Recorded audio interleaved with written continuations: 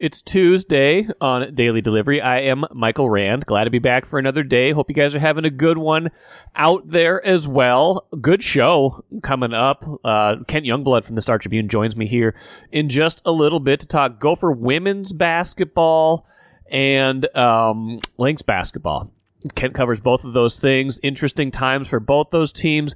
Gopher women, sounds they would be in the tournament according to most projections, the NCAA tournament, if the postseason started today.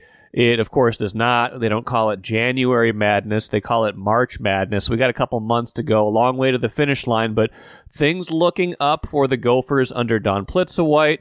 Lynx, on the other hand, enter this offseason with some holes to fill on their roster, some money to spend to do it, but not a great free agent class, at least in terms of the players that will truly be available. So kind of unclear how much help they will get this offseason, whether it's free agency or in the draft. So we'll talk about those things with Kent Youngblood here in just a few minutes. Get to some Gopher men's basketball stuff. Big game for them against Wisconsin. Actually, both the men and the women play Wisconsin tonight. Women on the road, men at Williams Arena, 6 p.m. A big one for them. Joe Mauer, we find out today whether he makes the Hall of Fame or not. But we kind of sort of already know, and I want to talk about that towards the end of the show. We'll have a ton of Mauer content in the next 24 hours too, one way or the other, but it sure looks like he's getting in at this point. We'll have a special edition of this podcast this evening after the voting is announced at 5 p.m., and I'm sure I'll talk about it a little bit still on tomorrow's regular show as well. First, though, what I miss? Got to talk Wolves. What a story. What a game. What a tale of two halves. Karl-Anthony Towns scores 44 points in the first half. Wolves are playing a terrible Charlotte team. I think they were favored by like 15, 16 points in this game, which is a huge margin in the NBA, especially at this time of the season. You might see that towards the end of the year when teams are clearly tanking, things like that, when teams have no incentive to win. You don't see that usually in the middle of the season, but that is what the odds makers at least thought was the difference between the Wolves, still at that point the best team in the West, and the Hornets, who came in with, I think, 9 wins. That's another bad team on the schedule. They've been kind of toying with these teams, but still winning lately. By and large, much better against the bad teams this season, putting together what we have characterized as more mature performances. In this game, Cat, like I said, 44 points in the first half. Life is good through 3 quarters, at least results-wise. I think the Wolves are up 107-92 at the end of 3, and then everything completely falls apart. They get outscored 36-18 in the fourth quarter. Second straight game where they had a bad fourth quarter that cost them the game. Now, the first one was against Oklahoma City. That's a really good team. That's excusable. That's going to happen. This, I don't know what the excuse for this is. They lose by 3, 128-125. Mike Conley Jr. didn't play in this game. Now, I'm going to get back to that in a minute, but I want to hear first from Chris Finch, head coach of the Timberwolves, to reporters after the game, because he sounds like he was just as disgusted, if not more, than you might have been watching at home or at Target Center. It was an absolute disgusting performance of defense and immature basketball all the way through the game. So it really didn't slip away. It had been there from the jump. So this is what happens when you have this type of approach. I kept, imploring them to try to compete and play some defense, switching back between man and zone, anything to contain the ball, push it, get up on the shooters. Messages weren't getting through. But like I said, there's a lot of ways to be immature. There's always a lot of ways to be immature, and there was a lot of immature performances here throughout the roster. We totally disrespected the game ourselves, and we got exactly what we deserved. So, listen, it's a long season. You're going to have bad games. I was hoping that we were beyond it, but, until you go through it all, you really can't tell. We've been better and not had many of these type of performances, but this is certainly a disappointing one, but we got a lot of basketball left to play, and that's what our guys need to understand. Like, we haven't done a thing yet. We haven't accomplished a thing yet. And we got to play with a better desire and better purpose and a better readiness on every single night. Those were cut-ups from a few different spots of his post-game comments, but I think that underscores that he keeps coming back to this idea of immaturity, how he was worried about their approach in this game, that even as shots were falling, he didn't like the approach that they were taking. And I've seen that approach at times this season, and frankly, more lately, and it's worrisome. It's kind of like there's this midpoint of the season. They've had tons of success. Almost everything that could go right for them has gone right. And I don't know if they're getting a little complacent, a little bit bored, or if it's immaturity. And here's where I want to get into Mike Conley Jr. Mike Conley Jr. didn't play in this game.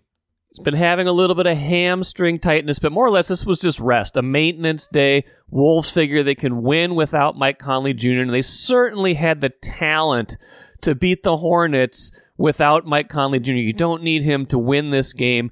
Instead, they lose this game, and you start to wonder, okay, is this really a more mature team, or is this just a more talented team that displays some maturity when their veteran point guard, Mike Conley Jr., is there to keep them in line?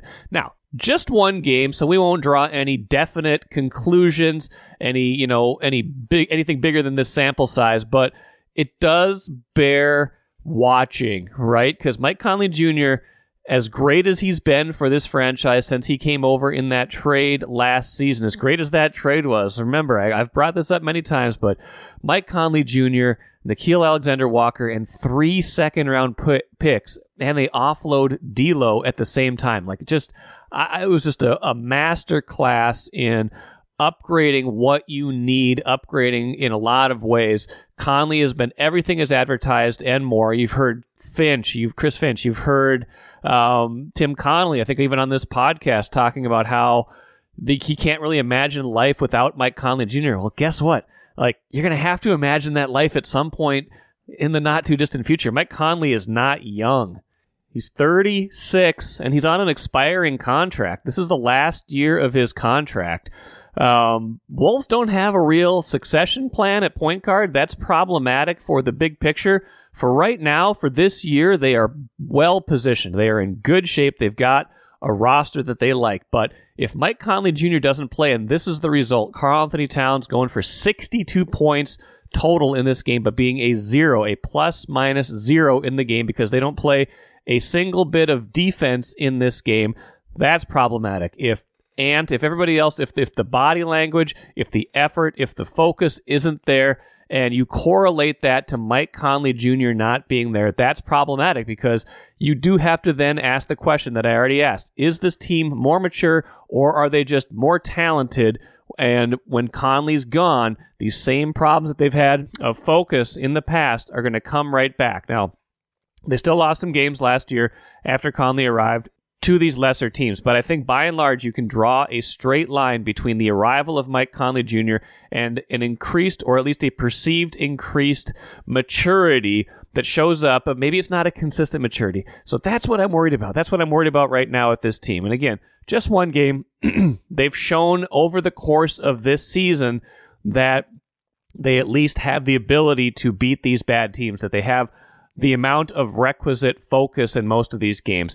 It's starting to slip lately, and I wonder if some of that in this game in particular was Conley being gone. How does that play out the rest of the year? What if Conley, has to have more maintenance days? What if, heaven forbid for the Wolves, he gets hurt at some point here and they have to find out more about themselves? That's another thing to watch for this rest of the season. Maybe that gives you an indication of what they should be looking for or thinking about at the trade deadline. I don't know. What I do know is this. They gave a completely immature performance in this game, an immature from start to finish, really, as Chris Finch said, and it caught up to them in the end. He was worried about it from start to finish, even if most of us had the eye on the ball with Karl-Anthony Towns going through the basket. Chris Finch was worried about this from the jump, and as it turns out, for good reason, and that good reason maybe was that Mike Conley Jr. was not playing. Grand Casino would like to take a moment and salute the true football fan. The passion, the hope, the anticipation, that incomparable feeling of winning. Grand Casino would also like to take a moment to remind you that you can find all that anticipation, thrill, and winning at Grand Casino. Grand Casino. Let your story begin. Good to be joined in studio today by Kent Youngblood from the Star Tribune. Kent covers all sorts of things here for us, but in particular, Kent covers the Gopher women's basketball team and the Lynx of the WNBA. And both those teams relevant right now. Gophers right in the middle of their season, Kent, and doing pretty well. And the Lynx just entered free agency, that period starting Sunday. They can sign players officially a little over a week from now. Want to spend most of our time, I think, on the Gophers, but we'll get to some Lynx talk as well. Where do you see them right now? And just kind of lay of the land, 4-3 in the Big Ten. Not a great Big Ten this year, but a good team in the Big Ten right now, it seems like. Yeah, I think they're coming off their best win of the year. Michigan State. Yeah, Michigan State was 18th in the net rankings by the NCAA entering that game. So that was a, top 20 win in that regard. And they've been playing great defense, but I think the Michigan State game was the first game they won where you thought they really maybe shouldn't have won that game. In terms of a quality of opponent right. going in. I mean, their losses have come to Iowa on the road and Indiana on the road. Right. And a game at Maryland here that I think they probably feel got away from them.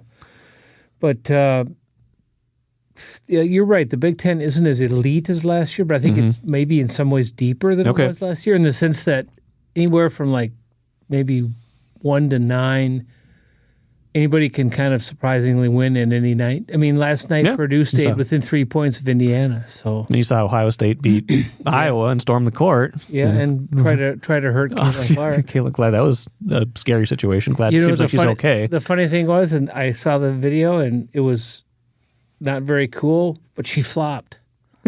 They kept saying she flopped. I don't know. We'll give them all the benefit of the doubt. Hopefully that's all just isolated and she's okay. But to the larger point, like you look at projections right now, and there's still a lot of Big Ten season left, Big Ten tournament left. But if the season ended today, Gophers are a tournament team now, right? According to Charlie Cream, they would be a 10th seed if the season ended today. And according to the NCAA's net rankings, they're 31st. Okay, that's pretty good. Is that ahead of schedule a little bit, or I don't know? No, I don't think so because I think they've beaten who they should have beaten. Yeah. They've won 3 of 4 Big Ten games, and the Indiana game was really hard because Indiana got killed by Iowa, and this was their first game back at home. That was going to be a tough one, but they've won 3 of 4 Big Ten games, including a game at Michigan. Yeah. And they've done it while their best player is struggling mightily. I think that's a very good sign. Yeah. I mean, Mara Braun in her last 4 is shooting 17 for 64. Oof. I didn't realize it was that bad over the last 4. 7 for 27 on threes. Okay. And she's averaging 12-plus points a game. And they've still won 3 of 4 games because Heyer and the freshman Grocholski have both been very good. So I feel if they continue to play defense the way they have been, and their defense Sunday was very good. I mean, Michigan came in scoring almost 90 points a game. They only gave up like 50, 52 in that game? Was their lowest, it was Michigan State's lowest points and shooting of the season. Okay. And they can get Braun on track. Right. Then if Braun is hitting, then you have 3 legitimate 3-point threats on the team. Right. I think they could. I expect them to be a tournament team at the end, although the schedule does get a little harder. I mean, they only have the 2 bottom feeders this year. 2 of the bottom feeders are Rutgers and Northwestern, and they only have them once each. Okay. Last year they lost both games to Wisconsin, the team they play tomorrow. So they've got 4 wins. I'd say they need to get to 9 and maybe win a tournament game in the Big Ten tournament to ensure a berth. Last year, they took 8 or 9 Big Ten teams. I'm blanking in that right now. So it's still good enough that they can, that they'll take that many again or close to it. And so you figure they beat Rutgers and Northwestern. That's 6 wins, and let's say they beat Wisconsin twice. That's 8. That's 8. Then they kind of win one more game that maybe you think, will they win it or not? And I think they're at, where they should be, and that'll become easier if Braun returns to the form she showed last year. A lot of this, a lot of season left. We mentioned Caitlin Clark already. They lost to Iowa earlier, but that game, February 28th in Minnesota, that will be a full house, I would imagine. Well, it's amazing, the Caitlin Clark effect. Yesterday's game at Ohio State had the largest indoor crowd of any game this season in the country. That's crazy. I mean, it's not crazy. It's just, it's great, but it's, I'm hearing that some games, scalping prices are hundreds and hundreds and hundreds of dollars for a game she's playing. Wow. I think every game Iowa has on the road from here on out is already sold out. Has there been a phenomenon like this? I mean... Perfect combination of the women's game in the first place getting bigger. Yes. It being a Power 5 team and a very good one. Yeah, their number. And a generational player all in one place. Plus, she's playing at home, and they've been selling 18,000 seats from the minute she got there. And from a surprising place, too, right? It's not from UConn or Tennessee, one of these like traditional powers where you are used to seeing the best players. Like Caitlin Clark's at Iowa. Like a good program over the years, but not one of your dominant programs like that. I think that... I think Paige was on that trajectory as a freshman, and the injuries have kind of gotten in the way, so we'll see how that goes. And that kid out in California, Juju, why am I blanking on her last name? She's going to have that effect. Okay. Well, but plus I just think the women's game is getting to a point. I mean, last year the final game had tremendous ratings. Yes. I mean, people care. LSU and people care LSU, about Iowa. that sport right now. And so it's a kind of a confluence of all sorts of things, I think. But I mean, she's a very compelling player to watch. She is. Big Ten's going to be even more compelling next year. I was just looking at like the teams coming in, like UCLA and USC are really good this year. Just think if, and Oregon is usually pretty good. Just think if Clark decides to come back, the talent that'll be in this conference next year. It's amazing. Yeah, it's already one of, if not the best conference year in and year out, just depth-wise, only getting better, which makes it impressive that the Gophers are competing at the level they are right now. Again, this isn't the end of where they want to get to, obviously, but first year under head coach Don Plitza-White, how would you assess the job she's doing and what she thinks of what her team is right now? I don't think her team. I don't believe she believes her team is where it can be. I think the team has shown steady improvement all year. I think the biggest difference is the defense. Yeah, they play much better defense. Offensively, they're a little hit and miss. Yeah, especially when Braun is struggling. Yeah, and they go through these 2 or 3 minute periods when they're not scoring. It's like it seems a little discombobulated. Yeah. But Heyer has just been amazing. I mean, she's hit in the last 3 wins, she's 13 for 23 on 3-pointers. Plus, she's rebounding the heck out of the ball. She's the only person since 2009 to have 2 games in the Big Ten with 15 rebounds and 5 threes made. I saw that stat the other day. I mean, that shows you where she's at. Well, right it's now. Interesting is that each of that group of 3 have kind of had their moments since they've been here. Right now, it's Mallory's moment. It is, and it's interesting. Yeah, I think you're right. They're not exactly where they want to be yet, but to be where they are and still have a higher ceiling has got to feel pretty good. Well, they have to start competing better against the top teams. Right. They can't lose by 20 every time they play a ranked team. Right. Which, the Michigan State game was a good example of playing a good team and beating them pretty handily but not a ranked team. Not a ranked team, but if they're an 18 in the net rating, that's shows you what the data says, how good they are versus what the voters and Nebraska was a decent win too. Yes. they'd played some pretty good teams, pretty tough. That was a good win. And that was that the one a week ago where was that the homecoming game where all the players came back? Lindsay Whalen, you talked to her before that. Her, coming back to Williams Arena for the first time in 10 months or so since she was let go. What was that conversation like? What do you met?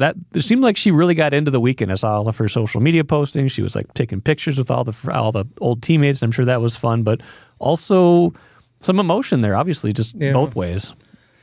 I kind of wrote about it. I mean, she's still not happy with the way in which it all went down. Of course, right. But I think that she would sit down and tell you that her life's in a better place than it was a year ago. Yeah. The losing was not easy. It took a toll on her. The job wasn't easy. The job was different than the one she signed up for. Like the job got harder. Yeah, with the transfer portal and NIL I agree. Already a difficult challenge for somebody who hadn't coached. It became more so. Right. And then last year, she lost Carly Thibault, who went to Fairfield and has them on the verge of being a ranked team right now. They're 15-1. They beat the Rutgers by like 30. Wow. So I think that was a loss too. But I think she's happy. Yeah, it seems like it. And it was nice to see her there, enjoying herself because she has to be a part of this legacy here. It's not a 20-year reunion without Lindsay Whalen too. Well, and she's such a big part of the history of this state and of this program. She can't just not be. She can't be not in the picture in some way. Right. She would, and it probably doesn't feel right to her. Like she still wants to root for this team. Yeah, she still does root for this team. Yeah, she loves those kids. She does. Yeah. Well, that's cool. I'm glad. Like you had kind of a recent parallel. I wouldn't imagine this was how Whalen would play out. But like you get a bitter end like KG and the Wolves, and it doesn't get patched up for years and years and years, and still isn't where they want it to be. Like his jersey still isn't retired at Target Center. Like last time he played here was like almost a decade ago. Yeah, and well you have to give Plitzway credit too, because here's somebody who's coming in and wants to make their mark and make it her program. Yeah, and she is. It'd be pretty easy for somebody in that position to say, right. Keep the Whalen and the legacy at arm's length. Yeah. She has never done that. She's communicated with Whalen, and the players communicate with Whalen. And so, I think it's a tough walk for Plitzwhite to kind of establish herself as the coach here, hopefully long term, while at the same time acknowledging and maybe even in some cases embracing that legacy. Yeah. And she's done a good job of that too. She seems like she's been as advertised so far. Just a program, like someone who comes in and knows how to win, like knows how to take good ingredients and make something good out of it. Yeah, she's a coach with a plan. She's a professional, longtime professional coach who succeeded, who has done enough to know what works and doesn't for her. Works very hard, and she has a plan. Yeah. And defensively, we can see the plan already. Offense, hit and miss sometimes, but I think it'll get better. But the work ethic is there, and the experience is there, and really the track record is there too. Right.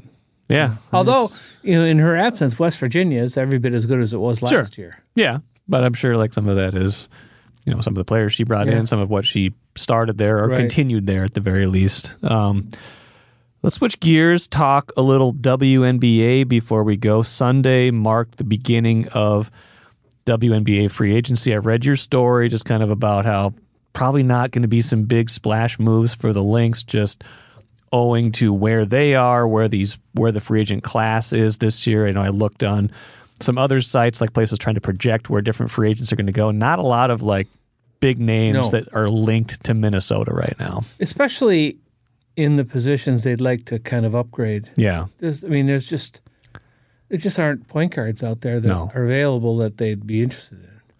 They just don't exist right now.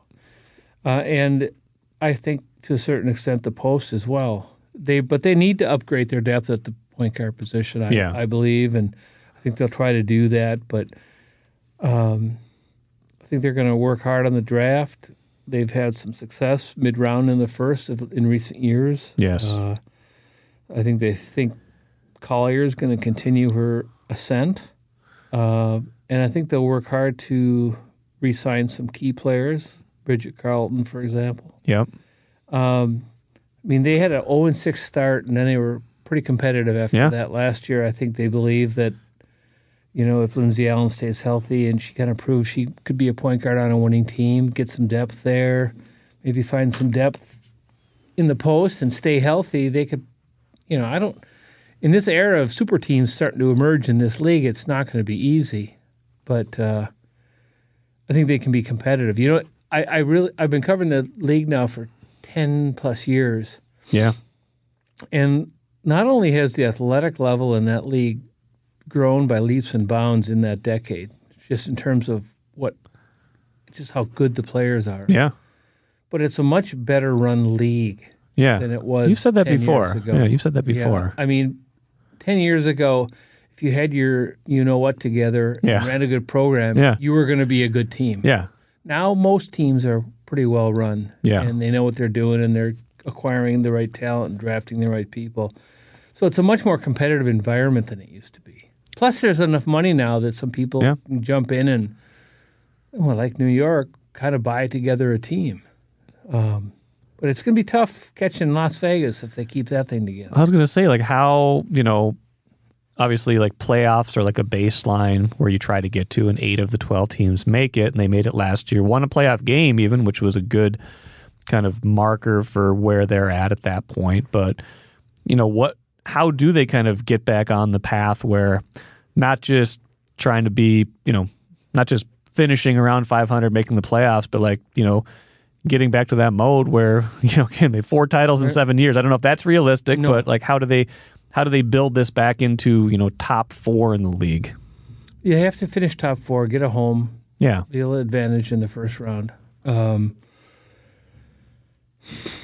Well, Fee has to take another step. Yeah, when she already took one last year. Huge one. Yeah. If she can really develop and become a 3-point threat consistently, she's going to be pretty hard to stop. She might ascend at that point to Asia Wilson level, just in terms of how you defend her. Okay. They're not the same player, but yeah, I get you. They really have to, I don't know if it's luck or skill, they have to hit at the draft pick this year. Yeah. And they have to stay healthy. When Lindsay Allen got hurt last year, they were not the same team. What's the ceiling for last year's number 2 pick, Diamond Miller? Oh, because that feels important. When you draft that high, you want that player to turn into, I don't know, you have expectations or you have hopes at least. Maybe one of the most athletically gifted players ever to wear a Lynx uniform, in my opinion. I believe that.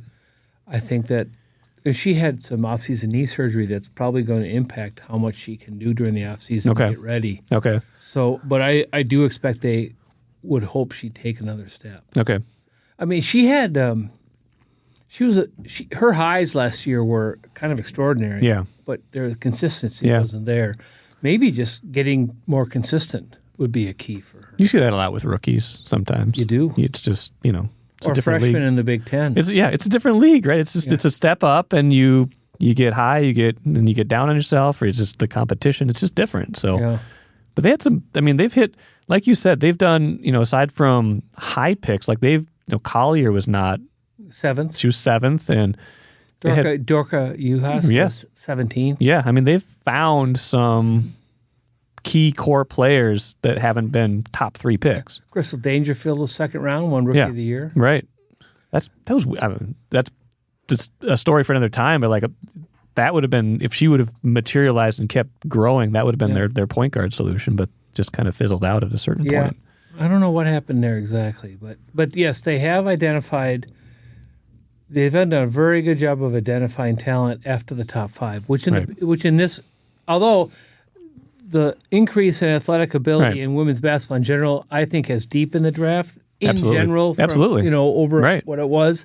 It used to be the top 3 picks were going to be good, and then it was all crapshoot. It used to be sometimes the first round picks didn't even make a roster sometimes, like unheard of in other leagues, but in this league, that was the case. Yeah. Now, Paige has said she's thinking about coming back. Right. Clark hasn't said what she's going to do, but if Right. both of them enter that draft, that's going to push some nice players down to number 7. That's true. Or where they wind up, right? Because you probably have Angel Reese in that draft. Yeah. I mean, there's a lot that could really push some talent down into the middle of that first round. And like we said, free agency not really something they're going to be a big player in this year. Well, I mean, that's what the coach said, but watch, in 2 days something will break that they signed, X player. And you'll go, whoa, okay. Okay, I guess they have the money. They have the money. Yes, I saw that. They've got like almost $700,000 in cap space. They have the money to do it. Now, some of that too, some of that's going to go re-sign to people they want, and right. some of that will go to the rookie that they draft. Of course, right. But they do have money. There's money to make a move or two. Well, we'll see if they do it. Kent Youngblood will be covering it if and when they do. He'll be covering the Gophers as well, as always. Nobody does it better. Kent, appreciate your time. We'll talk again soon. Thank you. Royal Credit Union's smart checking accounts offer no monthly fees and no minimum balance. Enjoy financial freedom when you open your Royal Credit Union smart checking account online at rcu.org/go-checking. Insured by NCUA. Good stuff from Kent. Gophers play Wisconsin tonight in Wisconsin. Gopher women trying to improve to 5-3 in the Big Ten. They've already beaten Wisconsin once this season.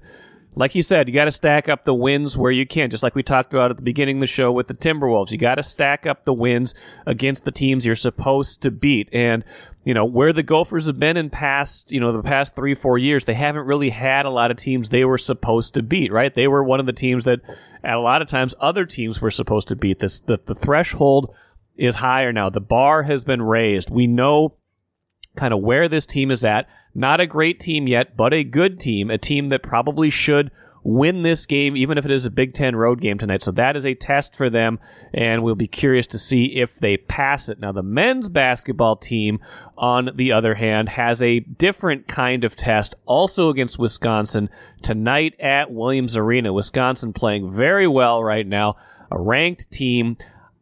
I wanted the Gophers to win one of these last 3 games that they had leading up to this one. I've had this one circled for a while. I'm not entirely sure why. It just felt like the kind of game where it's like, okay, if you're a serious team, or even just a team that is ascending, you want to be able to beat your biggest rival on your home court. You want a signature win. This would be a signature win, but I thought it was important for them to carry some sort of positive energy, some sort of momentum into that. And they were 3-1. Remember, just a little while ago, 3-1 in the Big Ten. We were talking about, wow, look at the turnaround here. They beat Michigan. They'd beaten Nebraska. They'd beaten Maryland. They were, none of those necessarily signature wins in the context of where those teams are at this season, but good wins that showed you that they seemed to be improving.